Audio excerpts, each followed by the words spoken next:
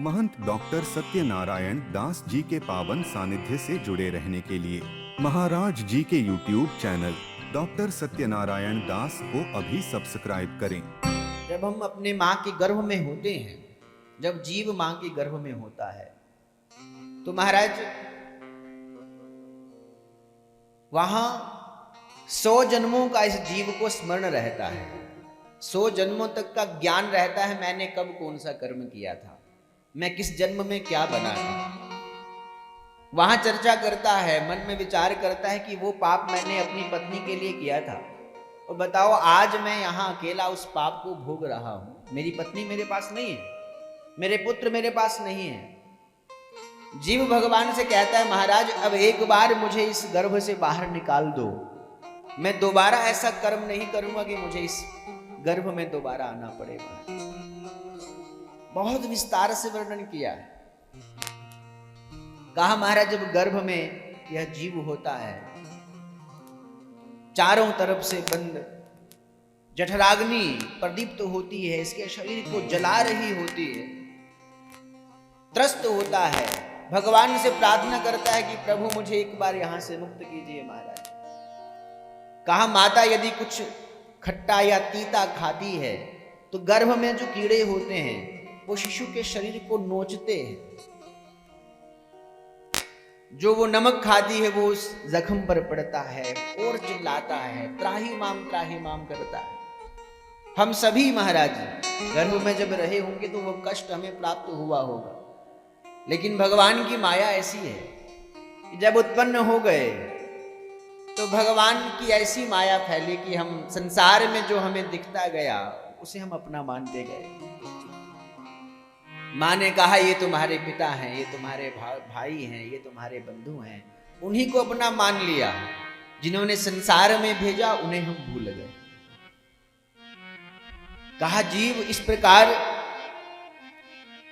भगवान से प्रार्थना करता है कि प्रभु एक बार मुझे यहां से आप मुक्त कीजिए, मैं पुनः ऐसा कोई कर्म नहीं करूंगा कि मुझे पुनः इस गर्भ में गिरना पड़े।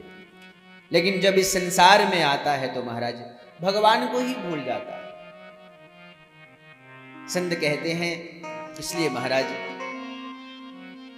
इस संसार में रहते हुए भी भगवान का ध्यान करना चाहिए। अब मन में आता है कि महाराज हमारे पास समय नहीं।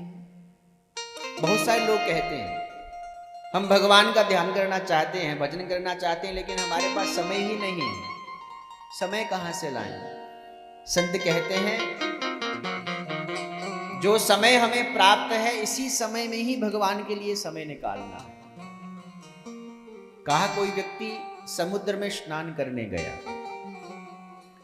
समुद्र का स्नान करना चाहता था, किनारे पर जाकर के जैसे ही भीतर प्रवेश करने लगा समुद्र में तो एक लहर आई, तो लहर को देख करके डर गया, किनारे पर जाकर बैठ गया। एक महात्मा जी आए, उन लहरों के बीच में दर्शन स्नान किया, स्नान करके चले गए। सायंकाल को महात्मा पुनः आए समुद्र में स्नान करने, देखा वह व्यक्ति वहीं बैठा है। कहा कि यहां क्यों बैठे हो? कहा मैं इस समुद्र में स्नान करना चाहता हूं। कहा स्नान करना चाहते हो तो स्नान करो। बोले महाराज जैसे ही मैं स्नान करने जाता हूं तो आगे से लहर आ जाती है। अब तो मैं मन में सोच रहा हूं कि जब लहरें शांत हो जाएंगी मैं तब स्नान करूंगा। महात्मा जी ने कहा भाई ये लहरें कभी शांत होने वाली नहीं है, इन लहरों के बीच में ही तुम्हें स्नान करना पड़ेगा। कहा इसी प्रकार हम सभी मन में विचार करते हैं कि बस एक काम और हो जाए तो फिर हम भगवान का भजन करेंगे। बच्चे की शादी हो जाए तो फिर भगवान का ध्यान करेंगे। बच्चे की शादी हुई तो पोता आ गया तो फिर मन पोते में फंस गया। कहा महाराज फिर पोते में मन फंसा तो फिर पोते की शादी करवाई। उसके बाद फिर दोहित्र आ गया, दोता आ गया, उसके पीछे पड़ गए। तो कहा महाराज हमें अलग से भगवान का स्मरण करने के लिए कोई समय नहीं प्राप्त होगा, इसी में ही हमें भगवान का भी समय निकालना है। संसार के जो कार्य हैं उनको करते हुए हमें भगवान के लिए भी समय निकालना ही चाहिए महाराज। इसलिए कहा महाराज क्योंकि भगवान के ही नाम का स्मरण जो है वो हमारा कल्याण करे।